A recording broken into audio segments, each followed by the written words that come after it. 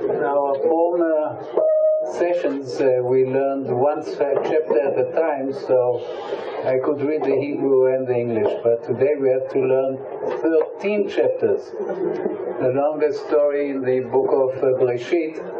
So I'm sorry that I cannot follow the Hebrew, and I must stick to the English. It's difficult enough to do it in 1 hour. I would like to start with a theological preface. There are two basic theological concepts in Judaism.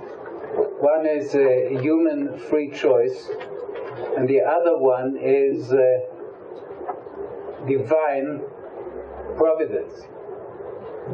And they seem to contradict each other. The more there is divine determinism, which means that God has a plan, the less there is freedom for us to make right or wrong decisions. And this contradiction bothers us quite a lot, and I don't want to deal with it on a philosophical basis. I want only to make the statement that in the story of Joseph and his brothers, these two concepts work together. God has a plan for the children of Israel to reach Egypt. In the 15th chapter of Bereshit, in the covenant Brit Ben HaBetarim, the covenant between the pieces, Hashem tells Abraham, you should know that your children will be slaves in a foreign land for 400 years. And then I will rescue them. Which means that there is a divine plan that the children of Israel will come to Egypt. And there's another divine plan, which is that Joseph there must be a provider, a man in the Egyptian government who will take care of them. Which means that Yosef has to reach Egypt before his brothers and his father. This is clear. This is the intention of God. But are not, it's a moral story. Are not the brothers of Yosef to be blamed for selling their brother to slavery in Egypt? So you see that the story has two levels, which perhaps logically we cannot always explain how they relate to each other. But it is clear that God not only punishes or rewards people or the brothers of Joseph for their actions.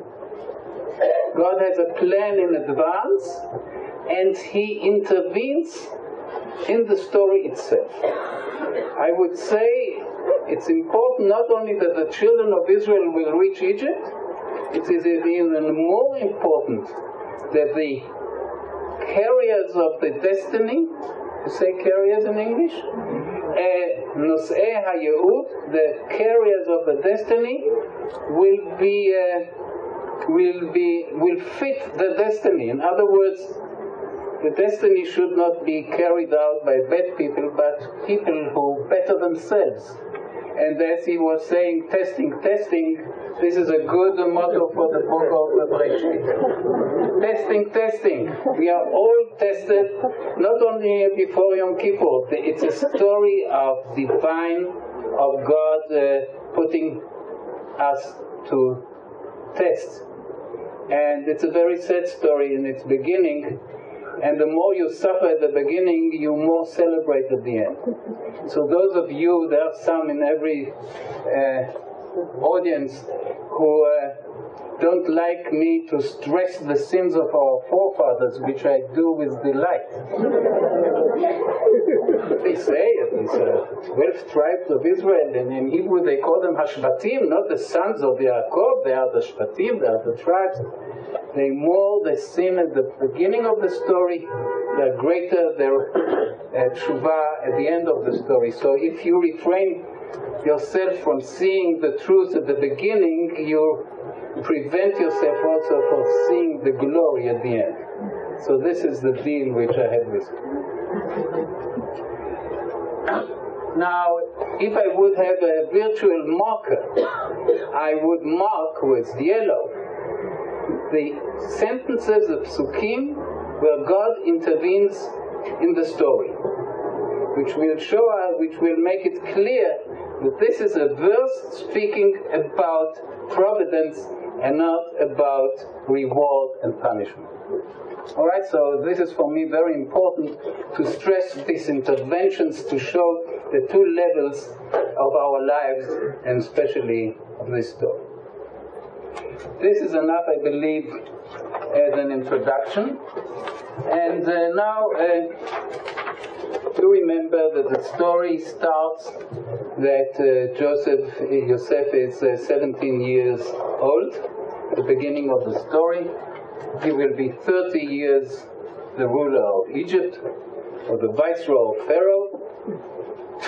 And it says that he is, I stress the lines which I need, and Yosef brought ill report of, and he served as a shepherd with the children of the lower women assisting the sons of Bilhah and sons of Zilpah, the wives of his father, and Joseph brought ill report of them to their father. It starts very bad.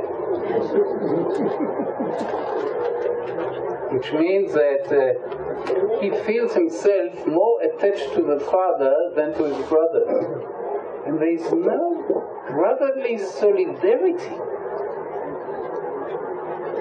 It's a very ugly behavior. And they will hate him duly. And we don't understand how this starts. But then the Torah says,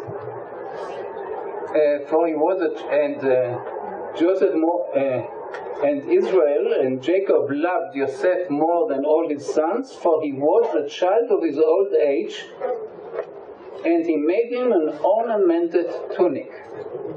It's bad enough that you favor one son more than the others, but you don't show it. It's going around with a kotonet pasim, with an ornamented tunic. So I am sure that you in the Sunday schools learned not about an ornamented tunic, you learned about a striped tunic, right? Kotonet pasim.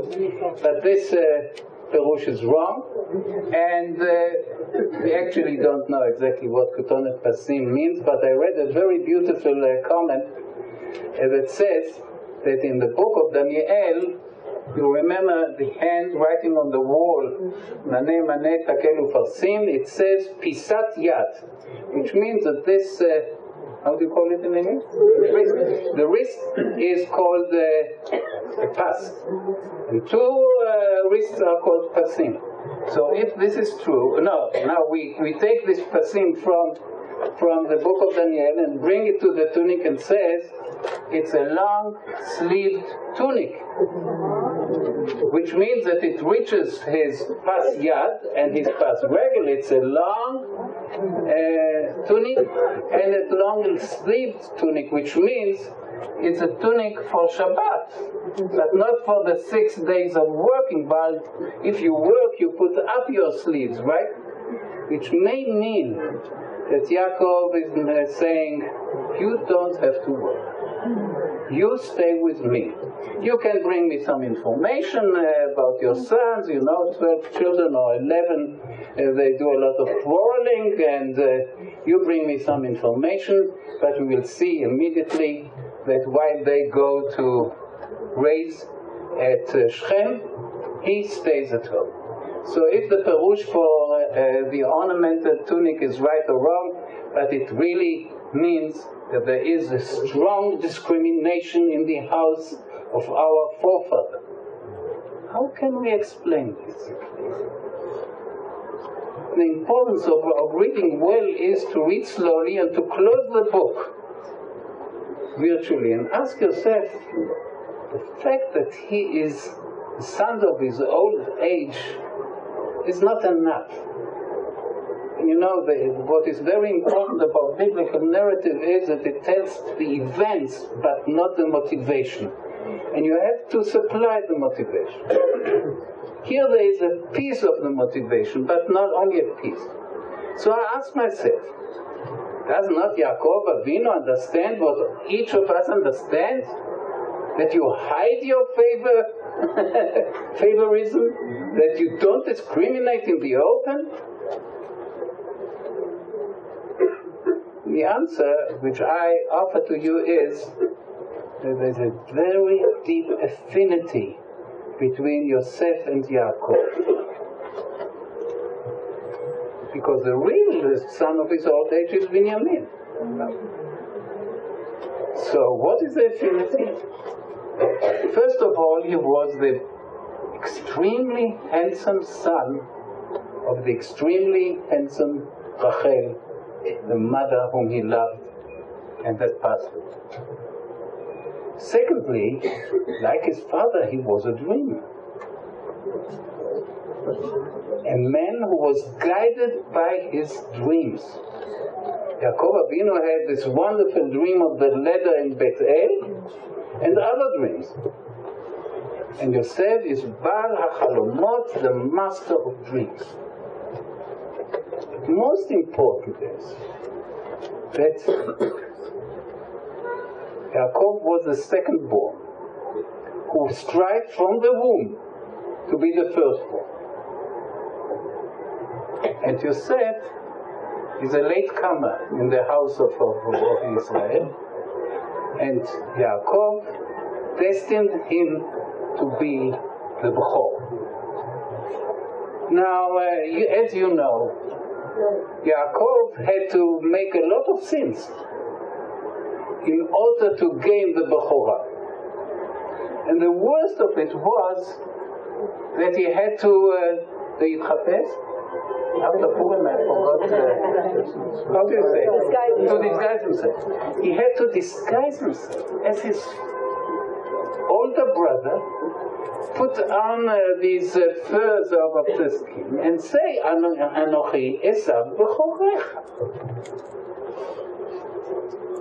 We don't want our children to do such things to us. Yaakov makes a deep decision. What I had to undergo in the darkness to reach the Bechorah, to be the firstborn, my son will get in the open. Instead of him going with the garments of Esav, I give him the ornamented tunic in the open. And I would like to give you a modern parallel to this. Imagine a highly successful advocate in Tel Aviv. Highly successful. But it was very difficult for him to reach, to be the head of a company of lawyers. He had no money to study, maybe he had to cheat a little, and maybe he had to cheat in the examinations. I don't know what is exactly parallel to Jacob. But it was very, very difficult for him to become one of the most prominent advocates in Tel Aviv. And he has a very talented son. And he says, you go to and study law. And when he gets his degree, he makes the gravest mistake in his life. Instead of sending him to another firm to prove that he is able to be a great advocate, he takes him into his own company and makes him the chief partner. And you understand that everybody is hating him.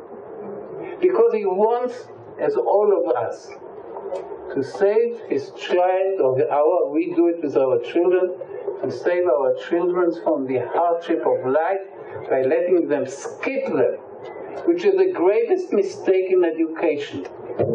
If they don't overcome the hardships of life themselves, what they reach will not be part of them.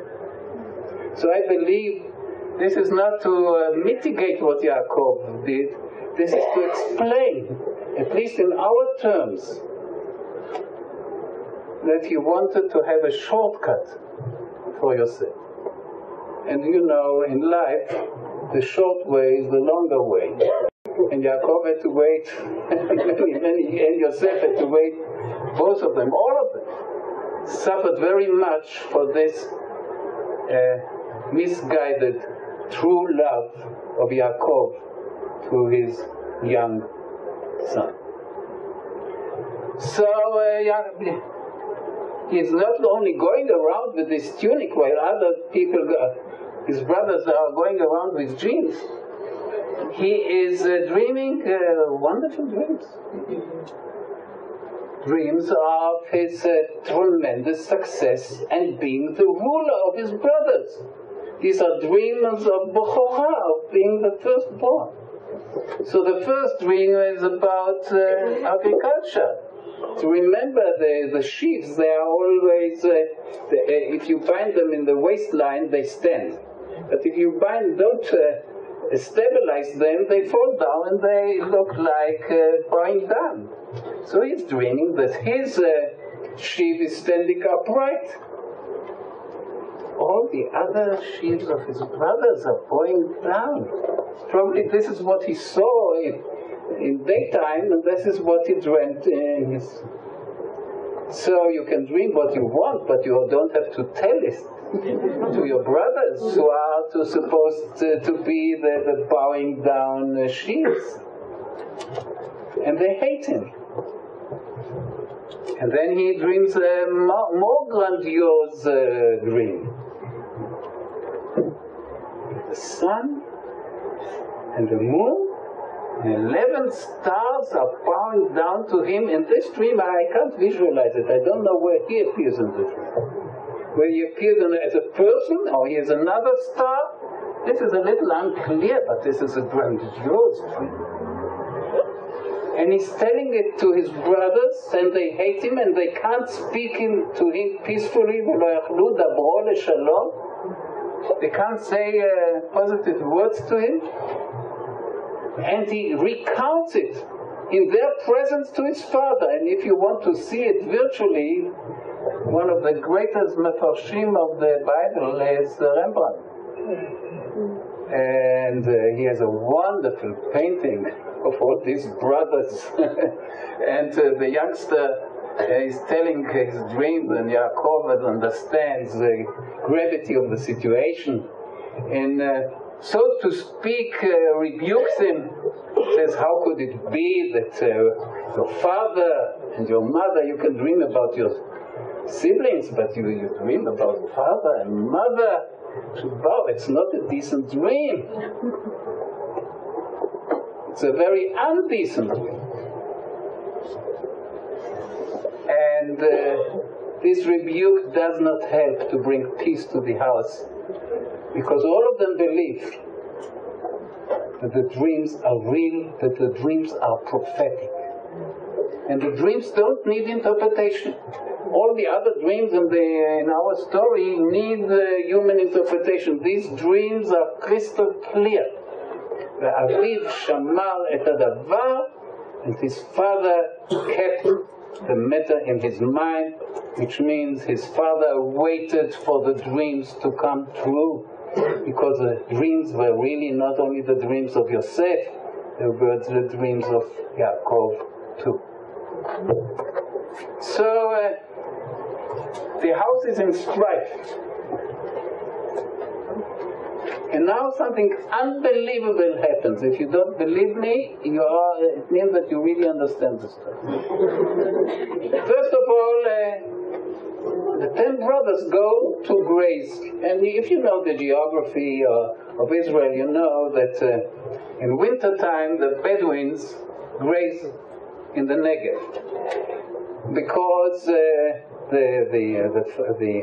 farmers, the Falachim, won't allow them to go on the ground on their fields, because they sow and then they harvest. But after the harvest, they will allow them to graze the stubs which remain after the harvest. So the law of the Bedouins, more in the British times when the land was more empty, was that they started Beersheba And slowly they reach Emek Israel. And this is what you have here in our story, that they start in the neighborhood of Beersheba, they reach Shechem, and finally they come to Dotan, which is in Emek Israel, in the valley of Israel.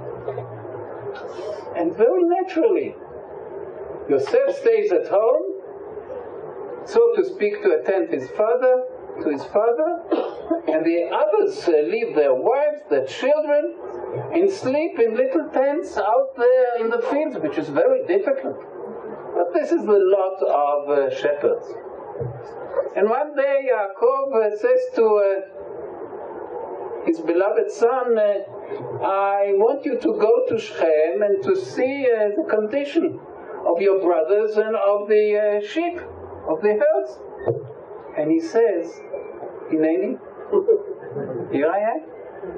And here you have a proof for all the lecture I gave you about Hineni, that he says Hineni after that the father starts to talk to him, which means that it is not a word of presentness, but it's a real expression of preparedness. All right, this we can believe. He's always a messenger of his father. So he will go around there, like investigating officer, and we'll see how do you work and how is your sheep. This is a mission which he likes very much. What is really, truly unbelievable, that he does not change his garments. And he goes alone to Shechem with the ornamental tunic. So he is a youngster, he's foolish. But his father, one of the greatest, shrewdest persons in the Bible, how blind could Yaakov be not to see the real danger which encounters all his family? So he's going with this tunic to Shechem, which warns us about blindness to reality. If you are so sure of what you want, and you get reassurance by the dreams of your son, you really believe that nothing can happen to him, and you don't feel the deep hatred which you created with your own hands, it's not Jacob who is blind. We are all blind. When we do wrong, make wrong decisions, we are blinded by them. We are not able most of the time to see the consequences. So he's going, and he reaches Shechem, and they are gone. If he wasn't so eager to fulfill his mission, he will come back. He has a good pretext. They are not there. But a person, a person, sees him in the field and asks him, what do you look after? And he says this wonderful verse, Achai ani mevakesh, I'm looking after my brothers. You will find his murderers. But he thinks he's looking after Achai ani mevakesh. He's totally naive. And there's a small miracle there. This person knows exactly where they are. And he says, I overheard them saying, we go to the town. So Rashi, who is not bound by the limitations of Pshat like myself, says, who is the Ish? The Ish is Gabriel, the angel, because in the book of Daniel, Gabriel is called Haish, which is not a philological proof. But this is how children learn in school. Why did Rashi pick up this midrash? What did he want to say? Rashi knew that this is not Pshat. But this is the deep meaning of this verse. You take your marker and write, this verse is divine intervention. This is a verse of providence. God wants him to reach his brothers. And this man is not Gabriel, but he is a divine messenger. So the Pshat and the Drash are quite close to each other in this case.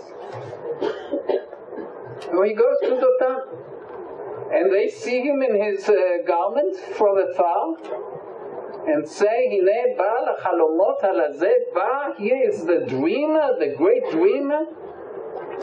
It doesn't mean a man of vision, but a man of vicious dreams, who dreams to be our ruler in spite of the fact that he is our younger brother. Vayinaflu lo lahamito, and they plan to kill him, which means to use violence in order to forestall the dreams. Just as Esav, the brother of Yaakov, after he was cheated, or Yaakov cheated him, or cheated the father, he says, Yikrevu yemei evel avi, my father will die. After the death of my father, I will kill him, and then I will abolish his plan. So you see the strife between brothers about the birthright.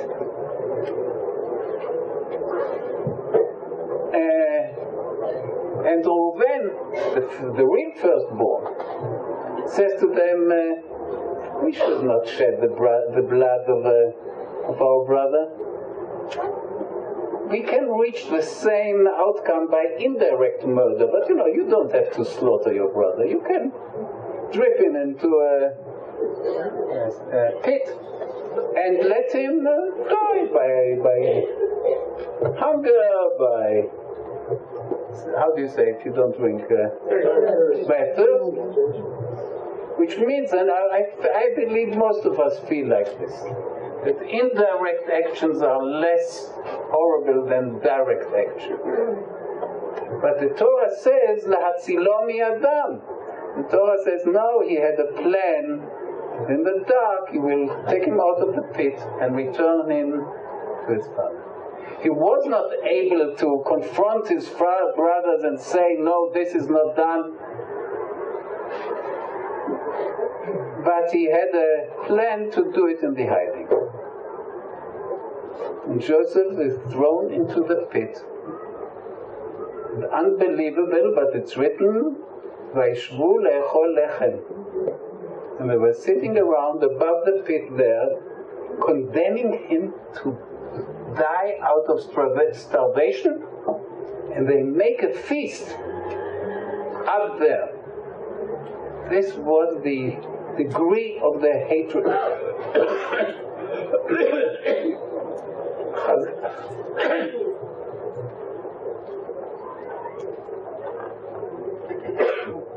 Chazal, they are very mad. There's always a machloket, a dispute among Chazal, and we get only the selection of the person who cites them. So you can be sure that almost every midrash that you hear, you have a contradictory midrash of people of other opinion. Judaism is not so far removed from democracy as we often think. Machloket is a very basic institution in the Talmud. Very basic. So there is a midrash who says about what happened yesterday. והמלך והמן ישבו לשתות, והעיר שושן נבוכה. And the king and Haman were sitting to drink while the city of Shushan was disturbed. They decree a decree of death and they sit and drink. So the Chazal in one of the Midrashim say, this is a punishment. This is a punishment to Am Yisrael, which means, do you understand how far-reaching this Midrash is? It says that our forefathers were as bad as Hamelech v'Haman, who are able to drink while they condemn a person to death. But Chazal were very much interested in divine justice. They say, we sinned, so we paid for it. The theological connection of crime and punishment. But I brought this only to show that Chazal are also some of them, critical of our forefathers, and even more far-reaching than I would dare to say.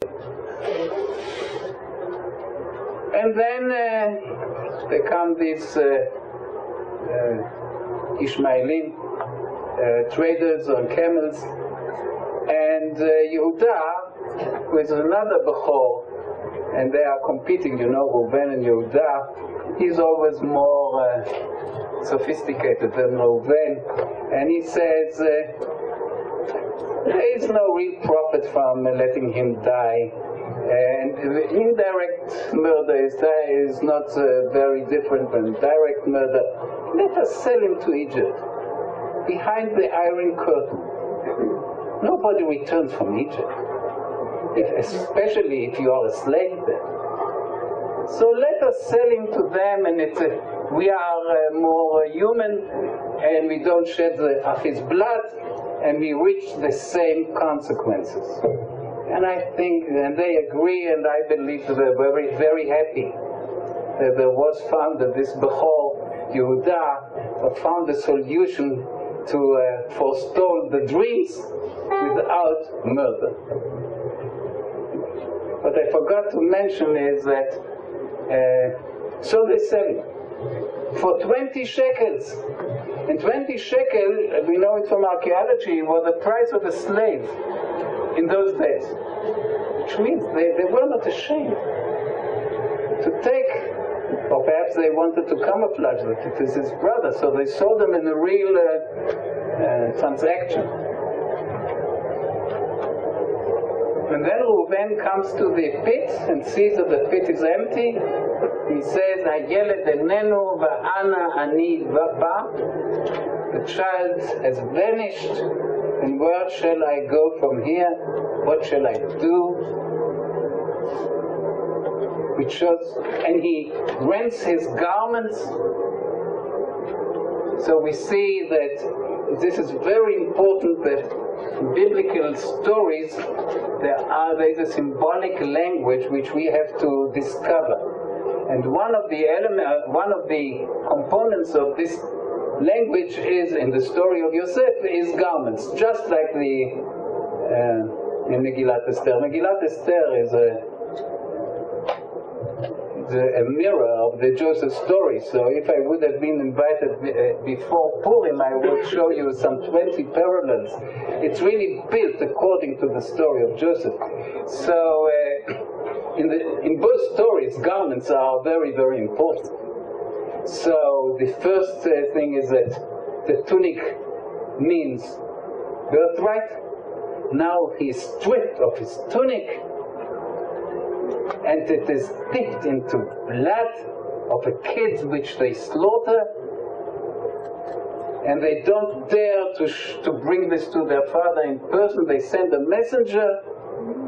I think this was the most cruel statement perhaps in the book of Breshit. You say, "Hakerna haktonet bincha hi im lo." You bought this tunic, didn't you? We have only a suspicion that it is belongs to Joseph, but you can really identify it. So we brought it to you. No, you can imagine with the blood, with the dried out blood. And Yaakov recognizes the tunic and says, "Ktonet bini, tarof toraf Yosef, chaya ra'a achalatu." It is truly the tunic of my son. He was killed by a bad animal. You can make a midrash very easily. You know who this animal is, or animals rather. And he says, "I will not recover from this trauma. I will go after him to the land of the dead, Avel Sheola. I will go mourning. I won't have a happy day in my life." This is what Yaakov said. And I believe this is not written explicitly, that here starts the tshuva of his children. They did not believe that he will be so sad. or they didn't think so far. They wanted to get rid of Yosef, but now they see the consequences. Vayakumu lenachamo, they try to, how do you say? To comfort him, and they don't succeed. You know, we do something very quickly, but we don't see the consequences. They were blind too, and now they have to open their eyes to the outcome of what they did. And Yosef is brought to Egypt and sold to a very prominent chieftain, I would say, Sar, minister in the court of Paro. We succeeded in ending chapter 37. And now we'll skip chapter 38, which is the story of Yehuda Tamar, which, so to speak, does not fit our story. It takes 20 years. The story inside the plot needs 20 years to uncover, to unroll, and it's surely not parallel in time to what happened to Joseph. But many scholars, from Chazal till Uri Alter, Robert Alter, show there are very many parallels between the stories, but I have not even one moment to speak about it, so we continue chapter 38. Excuse me? 39. Oh, thank you. Yes. Very intricate to see the parallels, and but we really cannot do it. So he comes to Egypt. He stands there in the slave market. He's picked up by a very rich person, and now something which we did not expect happens, but Yaakov expected it. This boy is highly, highly talented. Extremely talented. In brackets, I tell you, he deserves to be the Bechor. He really deserves to be there. Now, there is no favorism. He is in a foreign country. He is judged by his merits, and God is with him. Everything he touches is a success, and very, very quickly he's nominated the second in charge in the house of Potiphar. Simply unbelievable. Perhaps for Joseph this was natural, because he believed in his abilities. But the reader is very much surprised. He's not only not broken by what happened to him, he thrives there. And now we have the small story about the seduction of Yosef by the wife of Potiphar, which is the first story about harassment, sexual harassment in the Bible, by women, by a woman. Life is more complicated than we think. Everything is written in the Bible. This is rule number one. Secondly, the Bible is as rich as life. And here is the woman in charge of him, and she thinks that she can exploit him sexually. And it says, that he was Yefeh Toar v'Yefeh Mar'eh, the same word which are said about Rachel, his mother, that is extremely beautiful. And he is a lonely stranger in the country, and she thinks that she can seduce him. And he says, no, I can't do it to my master, I can't do it to my God. I simply cannot do it. He trusts me. He gave me everything at all in my charge except you, and I cannot betray him.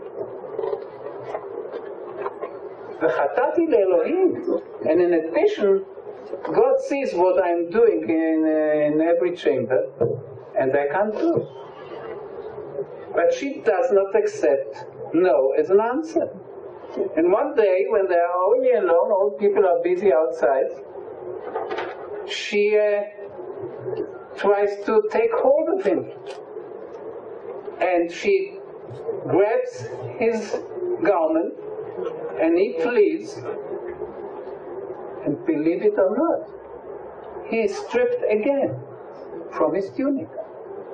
This is a tunic of prominence. He doesn't go around like a simple slave. This is a tunic which will indict him in a few hours. It's not called Ketonet Pasim, but we read with open eyes and we understand that it happens to him for the second time.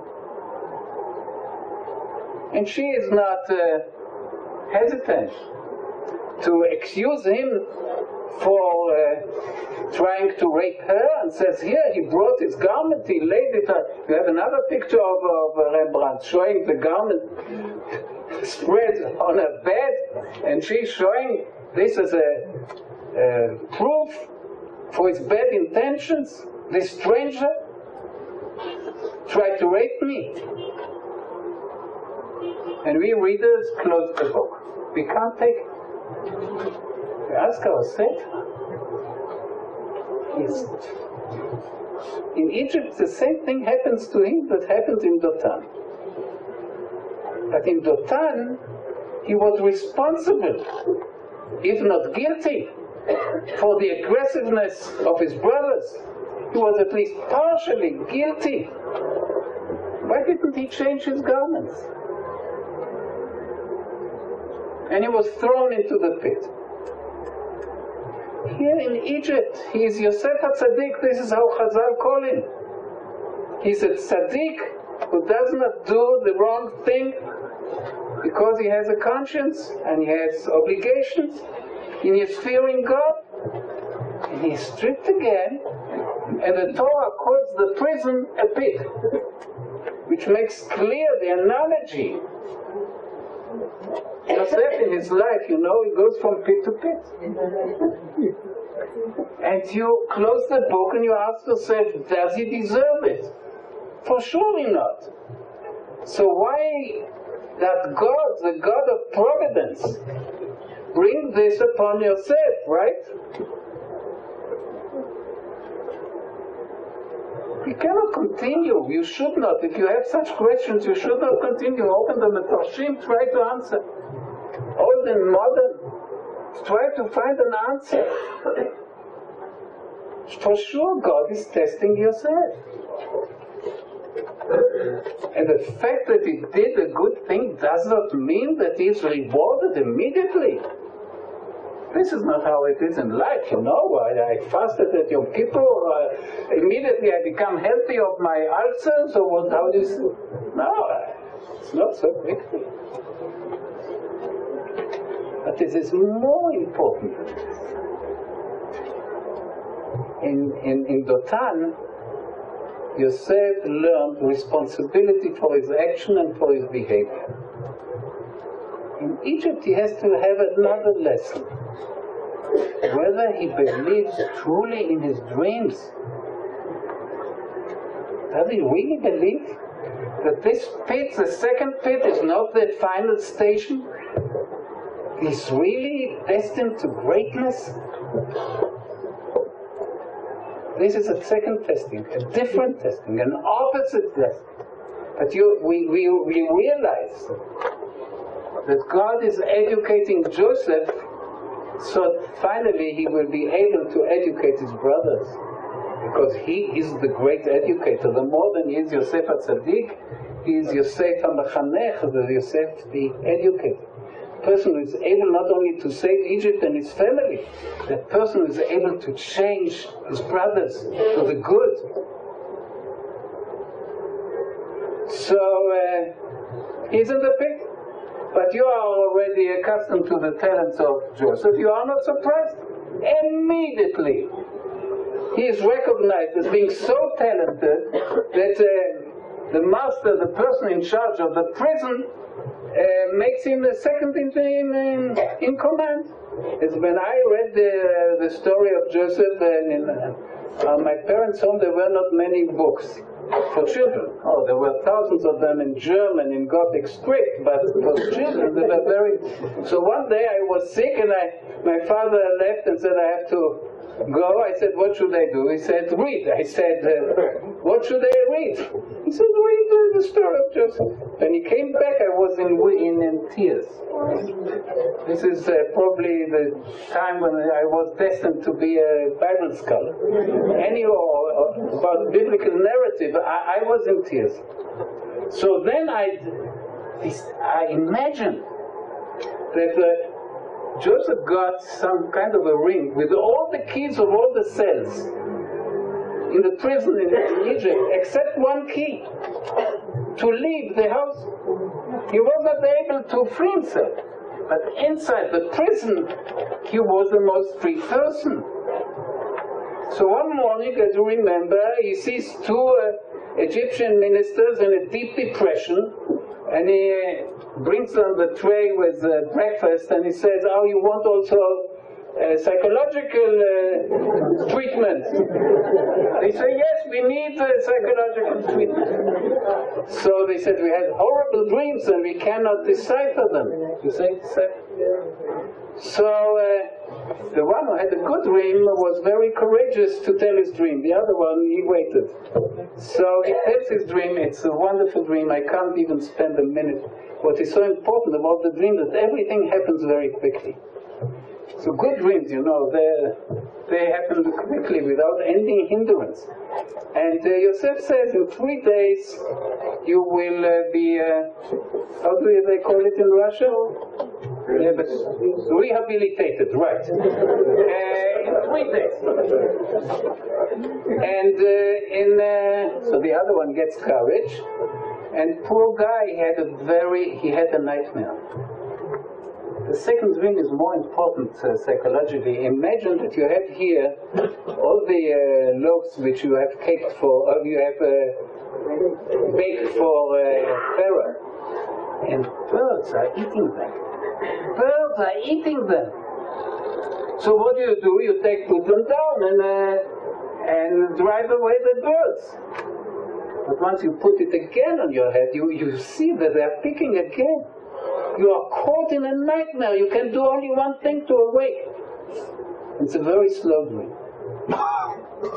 So the poor guy tells Joseph the dream, and Joseph says, in 3 days, Pharaoh will review your case and will hang you. And birds will pick up your flesh. Which shows us that Joseph is able to decipher good dreams and bad dreams. No, it's only half a job done if there would be one dream. But there is a rule in this story that all dreams are doublings. He had 2 dreams, in the prison there are 2 dreams, and Pharaoh will dream 2 dreams. And then he says to the cupbearer, if you are released from prison, say a good word to Pharaoh, because I've been stolen from the land of the Hebrews. He doesn't tell us who has stolen him. Yeah, but we know. He doesn't say by my brothers, but I've been stolen from the land of the Hebrews. And here I didn't do anything for being thrown into the pit. ולא זכר שר המשקים את יוסף וישכחהו. And the barkeeper did not remember what Joseph has asked him and forgot all about it. Which we call, how do you call it in English? Kfiyut tova? Ingratitude. We know this. This is a very disturbing midrash which Rashi quotes.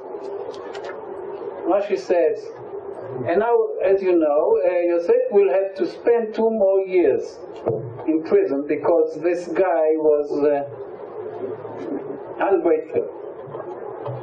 So Rashi says, why did Joseph to be in prison 2 more years? Because he trusted men and not God. And I allow myself to say that this is a Haredi midrash. We Zionists believe that he did something good. Shouldn't he try hard to get out of prison? It's a sin. in Haredi language is called Hishtadlut. How would you say Hishtadlut in English? Hishtadlut.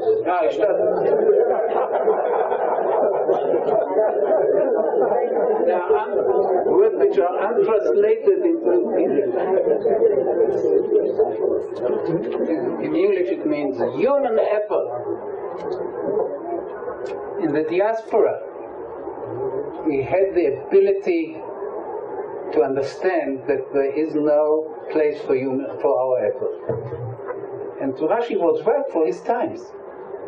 He's saying we have to be patient with God and wait till the time of redemption comes. So I understand why Rashi quotes this midrash. But if I ask myself if this is what the pshat of the Torah is, that he made a sin, God forbid. Take your pencil and underline this verse and write providence. What a miracle that this person forgot Joseph.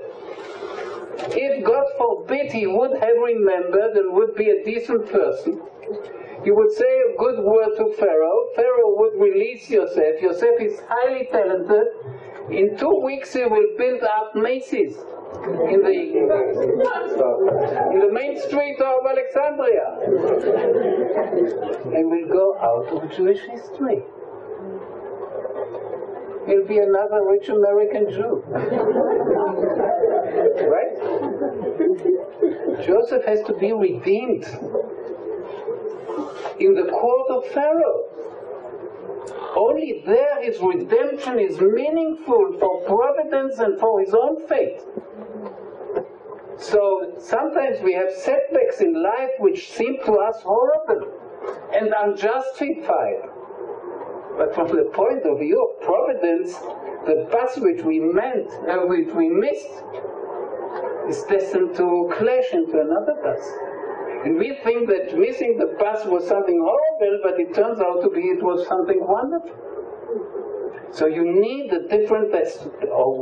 This is another testing of Yosef, whether he has the ability to see that he's not lived by this person. Probably God has something better in store for him. So, as you remember, Pharaoh has 2 dreams. One about the cows, where the thin cows swallow up the fat cows. Another one is about sheaves. Not sheaves, sheepoles. Sheaves.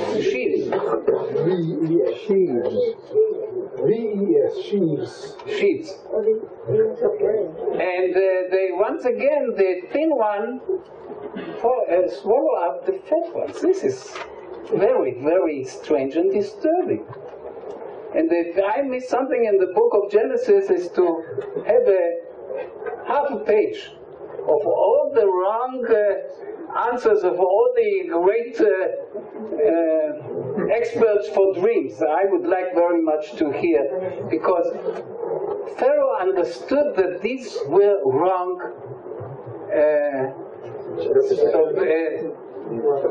interpretations.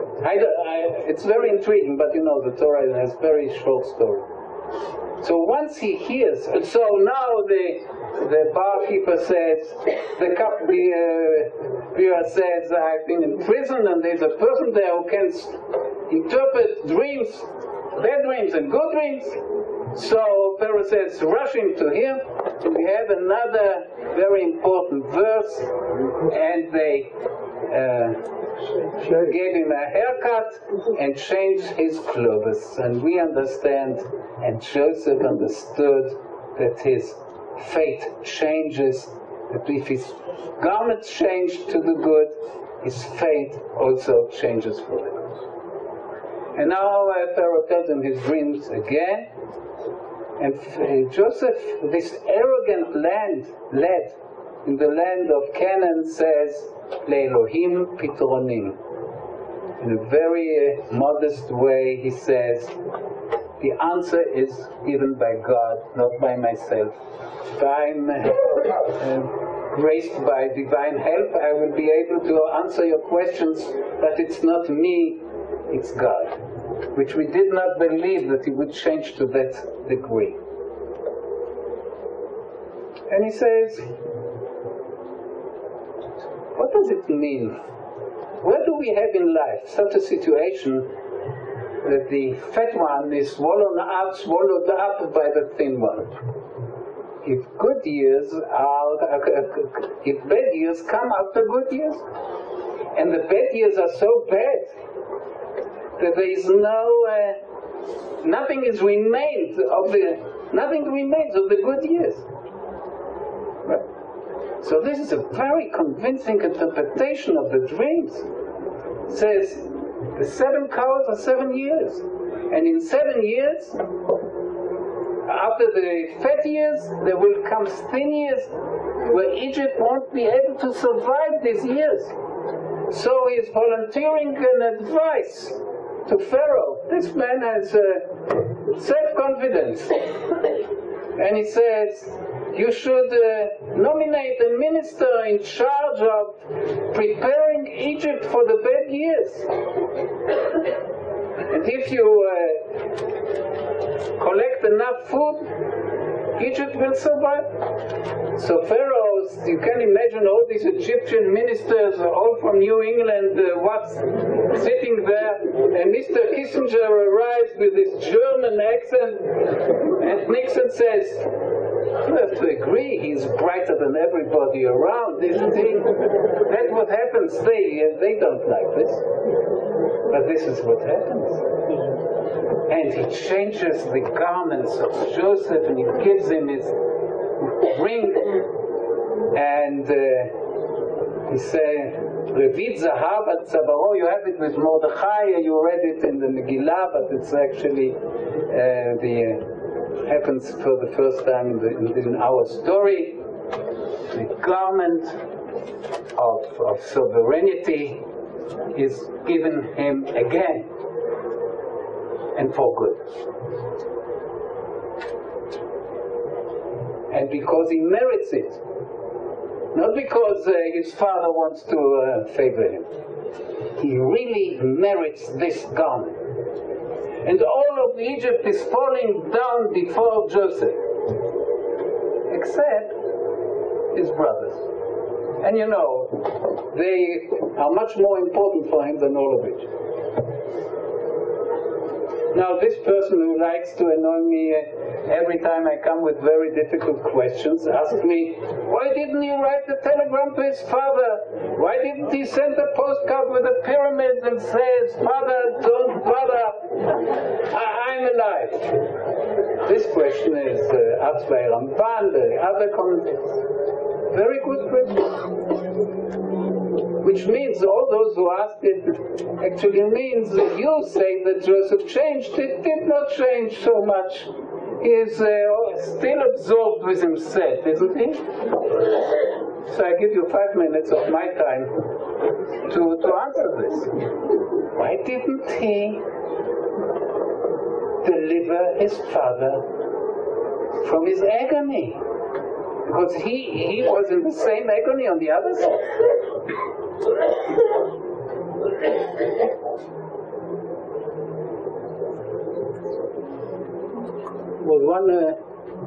Were two Mefarshim who suggested this answer which I give you.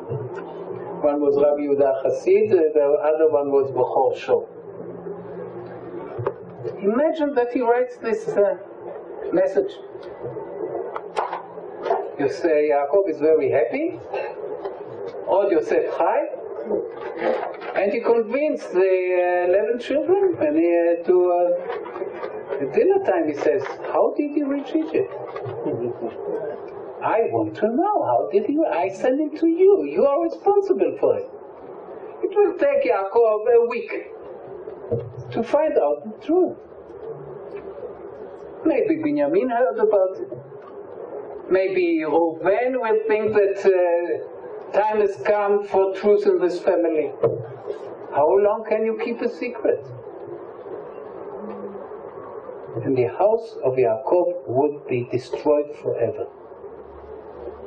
Because Yaakov will be now the father of children who not only hate each other, who not only don't speak to each other, but sell him to servitude and tell him that he was torn to pieces by a wild animal? He wants to be a father of wild animals? Yosef will have to keep his secret till the house of Yaakov will change. Only if the children of Yaakov will make true tshuva, they will be able to look their fathers in the eyes. So he did the wisest thing on earth, not to do premature actions. And he waits. The man of dreams know that waiting is profitable. And one day, because of the first year of starvation, they arrived. Joseph is highly intelligent. And in a minute he realizes that only 10 have come and not 11. Which means that the discrimination in the house of Jacob continues. Just as he favored him, Joseph, now old Yaakov is favoring Binyamin, the only surviving son of Rachel, his beloved wife. And this quick thinking man decides on the moment to make use of the fact of the special love of Yaakov to Binyamin, which means that the story is the same story. Just as Yosef didn't go to Shechem, Binyamin is not going to Egypt. You understand? The parallelism is very clear, and Yosef understands. But since I don't consult my notes, I forgot something very important. First of all, he got a legitimate wife, Osnat bat Potiphar, which is not related to Potiphera, the first one. No, excuse me, the first one was Potiphar, and now it's Potiphar. And he begets two sons. The firstborn he calls Menashe, and the second one he calls Ephraim. And Nun Shin Hey in Hebrew, and I give you another interpretation than Robert Alter. Nun Shin Hey in Hebrew means to forget. And Yaakov and Yosef calls his son Menashe, the one who causes me to forget. And he explains the giving of the name, and he says, because Kinashani Elokim et kol amali et kol beit avi, because God has enabled me to forget all my suffering and the house of my father. What does it mean? As you know, there are two sorts of memory. There's an informational memory, and there is an emotional memory. If I say to a friend, I forgot what you have done to me last week, I mean, I remember very well what you have done to me last week, but it stops to bother me.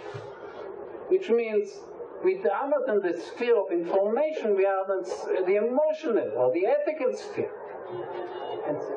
And Yosef is saying, I'll call my firstborn Menashe because God enabled me to forget all my suffering.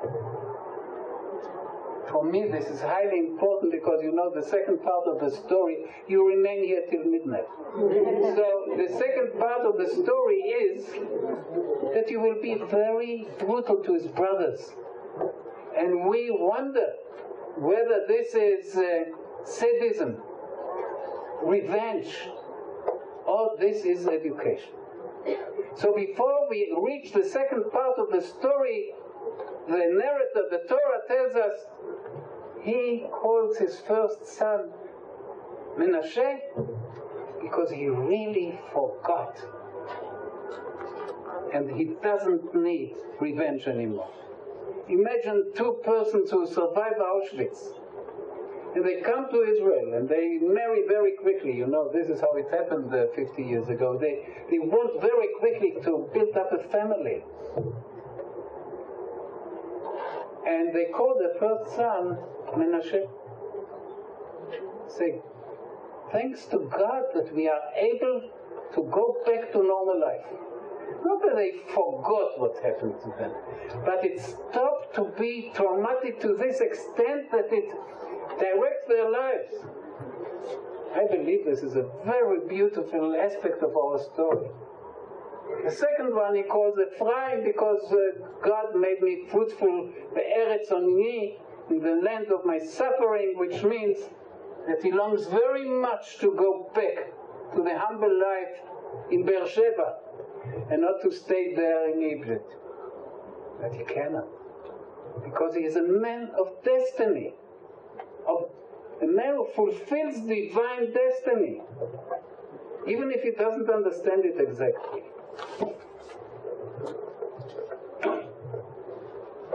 So now he sees his 10 brothers there. And he, like in homeopathic medicine, God forbid, he uses small pieces of what they have done to him, so that as medicine. He wants them to undergo in small portions what they have done to him. Because if they don't feel what is done to him, how can they change? So they said, you said about me that I am a spy. You are spies. You came to uncover the nakedness of my country. So they say, we are spies. We are a family of 12 and brothers are never spies. You know, this is ridiculous. We know from the story that this is ridiculous. And he is laughing there behind his golden gowns, you know, the brothers don't spy on each other and so on. So he said, no, you are spies and you go to prison. I want you to test something of an Egyptian prison. And you know, there is no habeas corpus in Egypt. So if you go into a prison, you know the date of your entrance, but you don't know when you are relieved from this prison. So he says, you send one of your brothers to the land of Canaan, and he will bring your brother.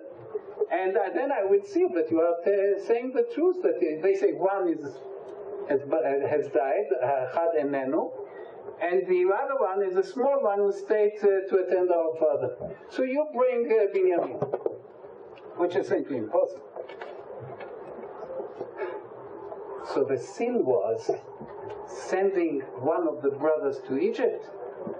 The punishment is that all of them are kept in Egypt. But after 3 days he says, you know, I am a humane ruler, I don't do such things. I know that your families are starving there in the land of Canaan. I change the ruling.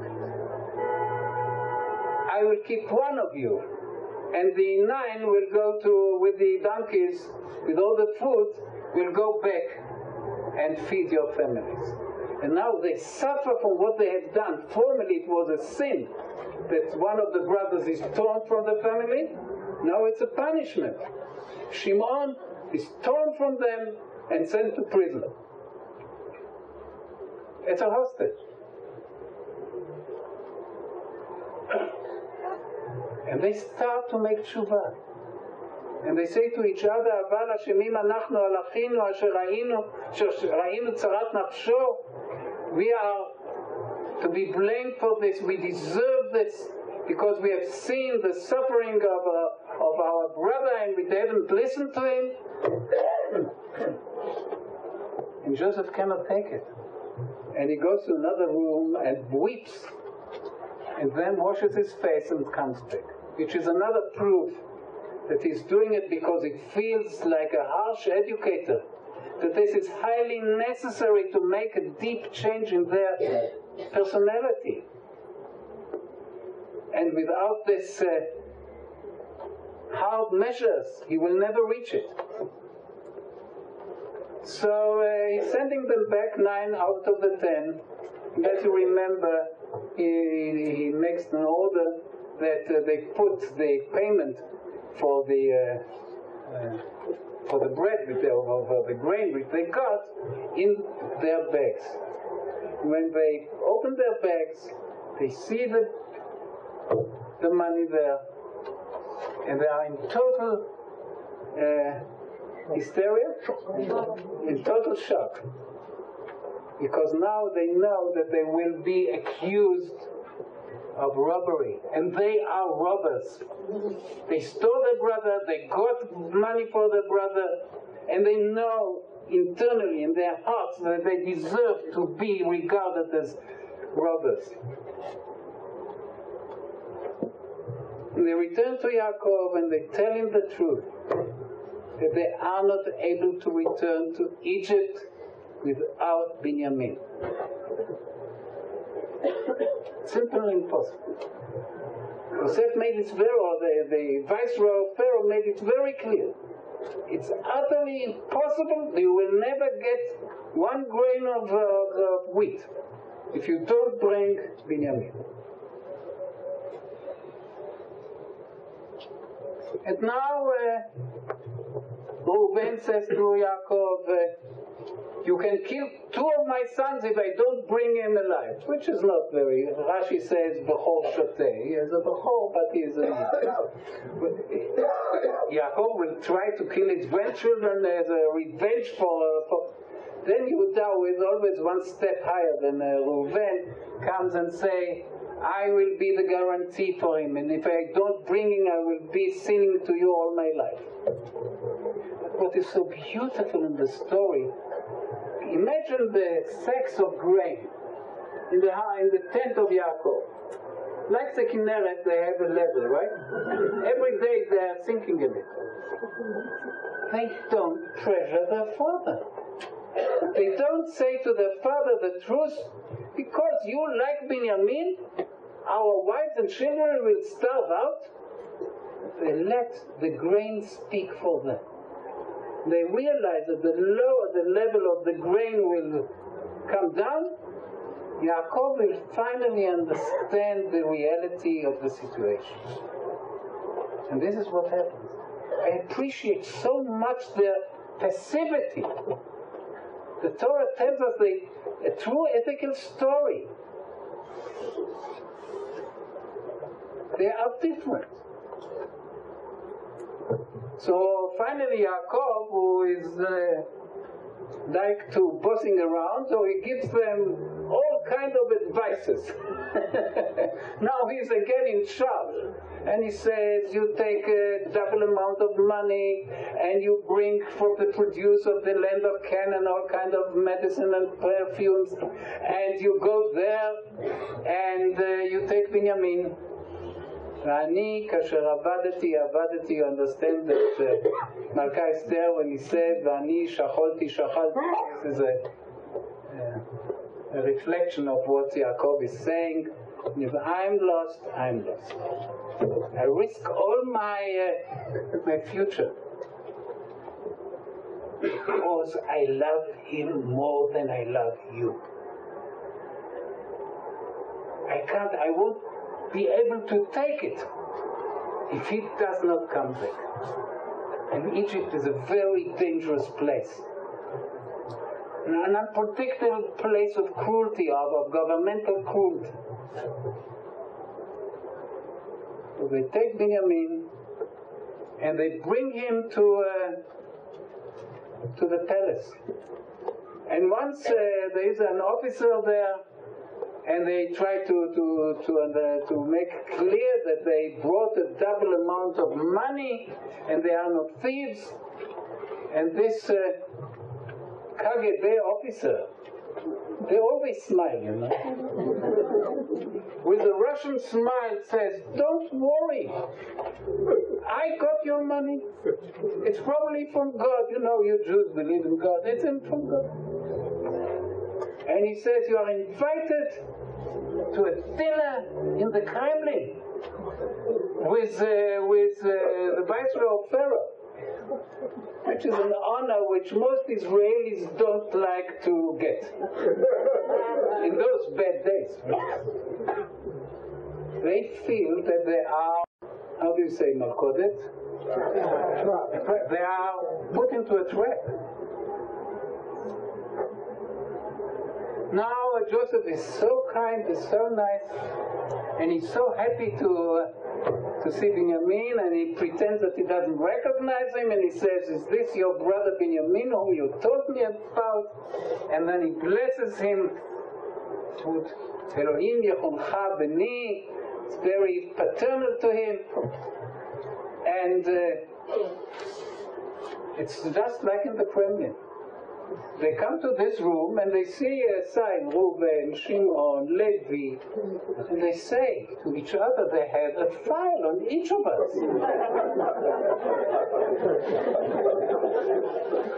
They know it. We are transparent. You know, an Israeli basket team comes to Russia and they know everything about everybody. This is a treatment which Yosef thinks that they deserve. And they eat, and separately, and he eats separately, and he has an interpreter, and he plays it like a real director of a great movie. And they drink, and they get drunken with the king, or with the viceroy of the king. In the morning they have their donkeys full with the sacks full with grain, and they believe that the nightmare is over. And here comes another Soviet officer on his motor car, and he says, you know, with this polite language, "I'm sorry, you know, you are very close to the king, I see, but something horrible happened, and I'm so sorry for the inconvenience, but I have to go through this procedure. The goblet of the viceroy of Pharaoh was stolen this night."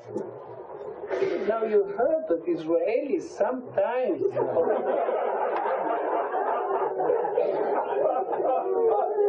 pocket some of the culture, but I assure you, never in the Kremlin. Never. They are shrewd, these Israelis. They know that you don't do such things if your father is waiting for Binyamin there, and you don't steal a goblet. So they know that they are framed. They know the truth. But there's another trap. And so they open their sacks, and once again this officer knows that there are all these Jews, you know, you cannot distinguish between them. They are very similar in age. Well, very born very quickly, one after another. All bearded people, how can you starts with Reuven, goes to Shimon. They get nervous, but they also are relieved because one sack is cleared and the other one is cleared. And they start to chat with each other. Till he finds the goblet there in the sack of Binyamin.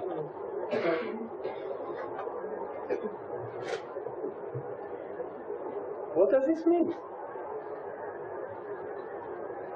It means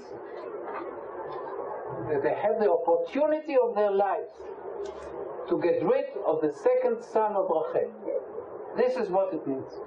Without being blamed for it. They don't do anything to Binyamin. They don't sell him out. The Egyptians take him. Now they know that he is not to be blamed for the goblet. This they know. But if they hate Binyamin, or they hate discrimination in the house of their father, without doing anything, by being passive,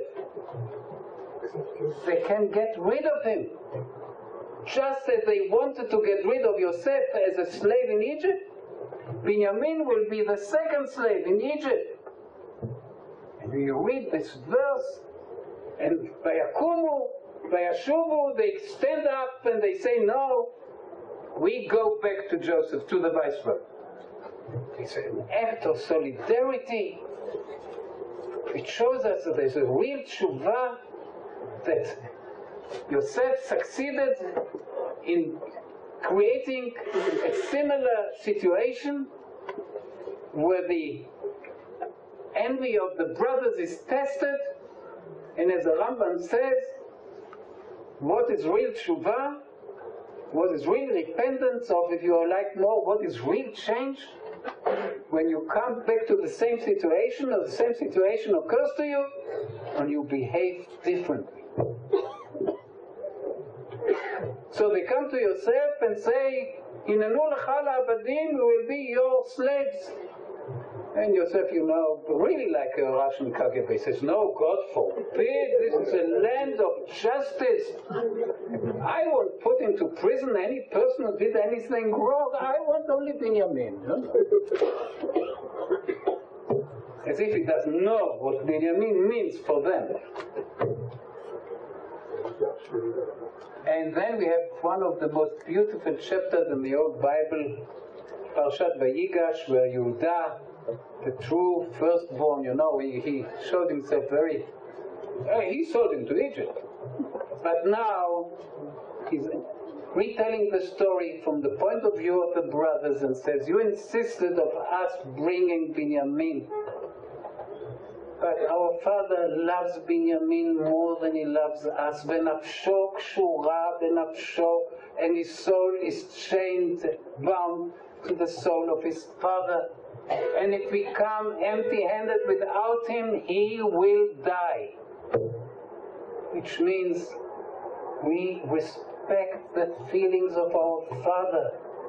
We hate the fact that he loves him more, but we respect the feelings of our father. And Yehuda says, I guaranteed for him, so do me a favor.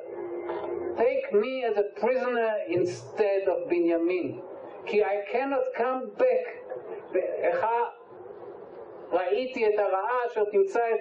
I cannot come back to my father's home and see the calamity which will fall on his head.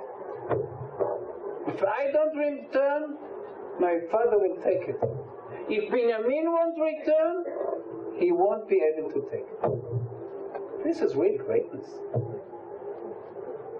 And you believe the Torah that this is true tshuva because you believe the Torah when Yehuda was wrong. It's the same story. He says he was very wrong. Now, after seeing all the suffering, he understands that in family relations, you have to take into consideration not only justice, you have to take into consideration also feelings. And the feeling of love cannot be weighed exactly in the same measurements as you can pretend to love all your children equally. And the truth of the matter is that you prefer one on the other. So now Yosef knows that he can reveal his identity to his brothers. And he sends out all the guards, all the Egyptians. Now they will speak Hebrew. And he weeps loudly. So loudly that they hear it in the palace of Pharaoh. He had to hide his weeping all along the story. Now he allows himself to burst into weeping. This strong man is so happy that this ordeal has been overcome by his brothers who proved themselves to be different. And he says, Ani Yosef Achichem, Ha'od Avi Chai. I am your brother Yosef. Is my father still alive? All the time he asks about your father. Now he repeats the question and says, no fooling around. Please tell me, is my father still alive? And they cannot repair the situation. And they go to the law, they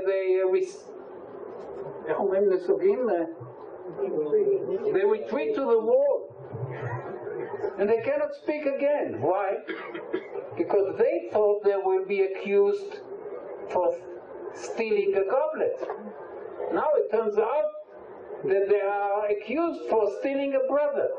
You understand that their situation worsened by the fact that this Viceroy Pharaoh is their brother. And all the time I forgot to tell you the most important point is that they are falling down and bowing down to the brother unknowingly. He knows that the dreams are coming true, but they don't know. But now they cannot speak. And he tries to comfort them. Beautiful scene. And he says to them, it's not you who have sold me to Egypt. It is God who has brought me to Egypt to provide for you, because there are 5 more years of starvation. Which is verses of providence, right? Doesn't speak in the language of ethics. Says you have proven yourself, you have made shuvah, I'm highly impressed. Will speak like a teacher. No. Instead of praising them, he speaks in the beautiful language of providence. He says, I am here to provide for you. And then they start to talk to him. Forgot to tell that in the banquet which he threw there in his palace, he gave to all of them the presents, but to Binyamin he gives a 5-fold present which says, let's test whether they can take injustice, you know. Once again, wherever they go, these children of Rachel, they are treated better. This is really annoying. Even in Egypt. So now he does the same trick again. He gives them garments, you know, garments he gives them. And he gives Binyamin 5 garments. And he sends wagons for Yaakov, and he says, no, you have to bring our father to Egypt because he can't sustain the starvation in the land of Canaan.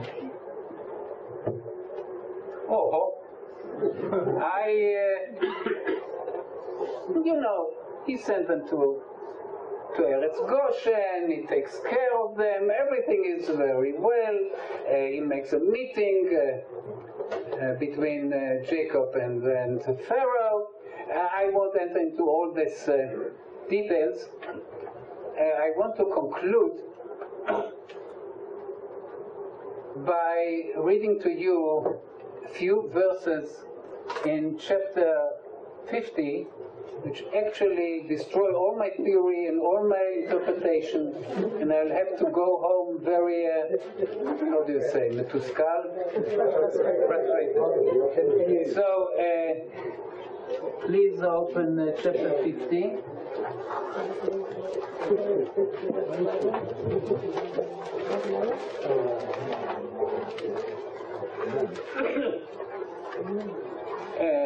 It's very beautiful that Yaakov wants to be buried in Ma'arat HaMachpelah.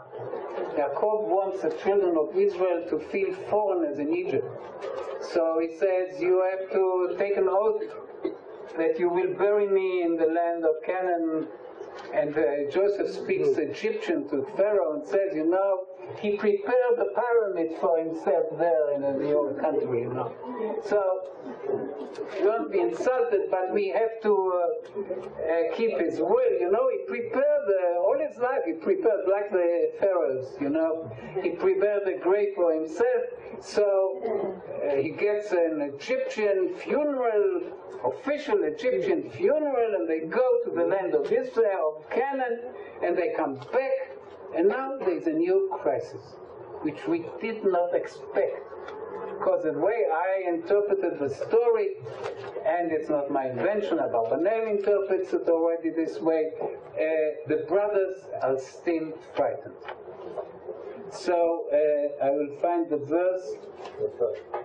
Excuse me?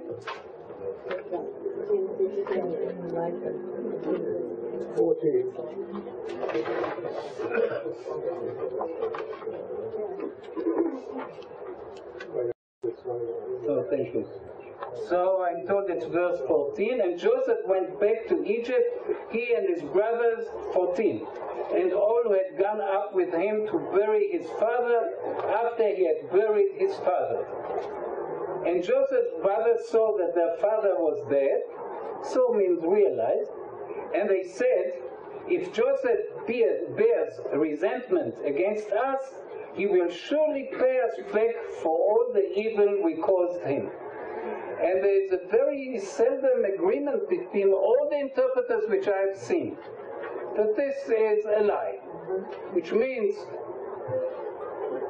Jacob made a will. He couldn't speak to Yosef and say, please forgive your brothers for all the evil they've done to you.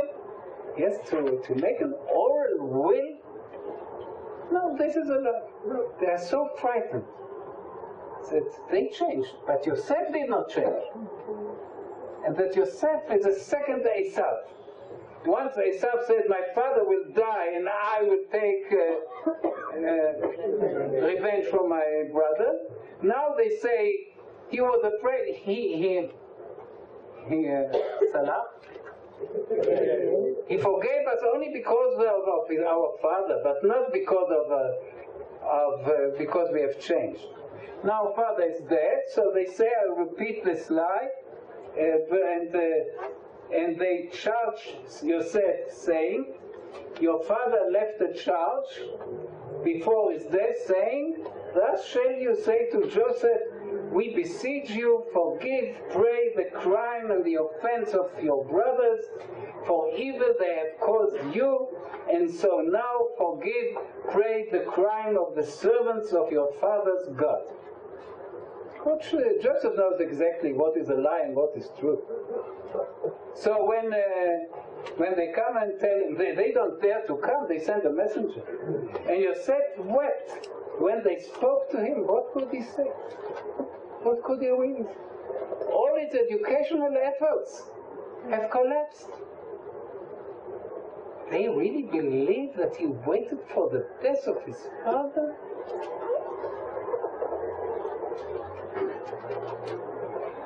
Let's continue. And Joseph wept when they spoke to him, and his brothers, when he wept genuinely, they dared to approach him. And his brothers then came and flung themselves before him, which is a true execution of his dream. They flung themselves before him, and they said, here we are, your slaves, hinanu lecha la'avadim. We are prepared to be your slaves, not your minor brothers, your slaves. And Joseph said, now see what Joseph says. What do I expect according to my beautiful interpretation? So Joseph had said, what do you want? The Rambam says that this is complete tshuva. He was a prophet. He knew exactly what the Rambam would say. What do you want more? You were prepared to be slaves instead of Binyamin. So what do you want? You proved yourself. You made tshuva. This will be the strongest tshuva story in the Bible. But listen what he says to them. Something very different. And Joseph said, fear not. This is nice. Al tirau. First of all, don't be afraid. For am I instead of God? Atachat Elohim ani? Am I in the place of God? While you meant evil toward me, God meant it for good, so as to bring about the very time-keeping God. So to bring about at this very time, keeping many people alive. And so fear not. I will sustain you and your little ones. And he comforted them and spoke to their hearts. So instead what I expected him to say, he says something very different. It doesn't mention the ethical dimension of the behavior of the story. Instead of saying, you have changed, he says, can I be instead of God? Can I put myself in God's place and push God from his throne? It's clear that God has sent me here to provide for you. I cannot kill you. Even if I want to kill you, I cannot. Because I know from providence, it's never said. He knows from providence, he knows it from his dreams, that he is bound. He's not sovereign to do what perhaps he wants to do. I'm not instead of God. It's clear that God wants me to provide for you.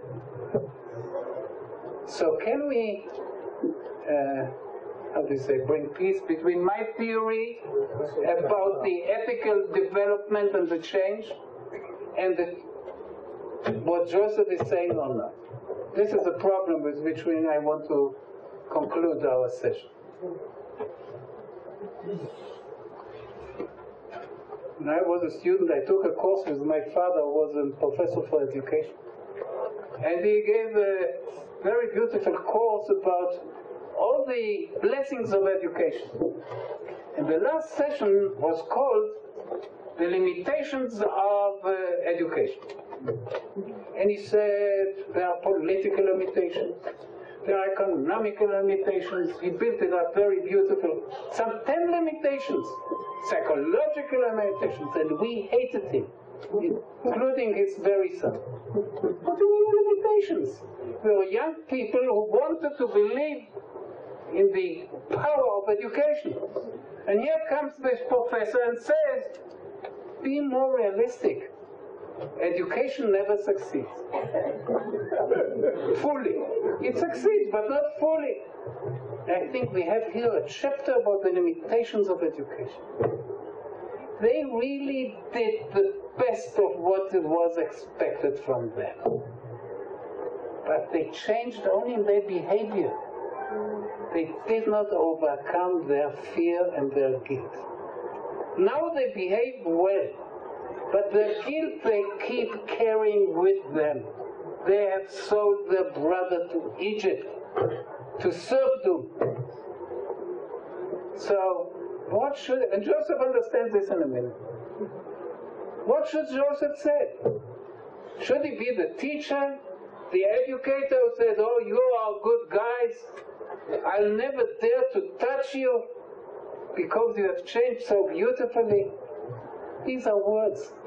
They either believe him or not. So he chooses the words of providence instead of the words of reward. And this is how the story ends. And he said, even if I have bad intentions, I'm not instead of God. Which is a beautiful statement. Let us never be instead of God.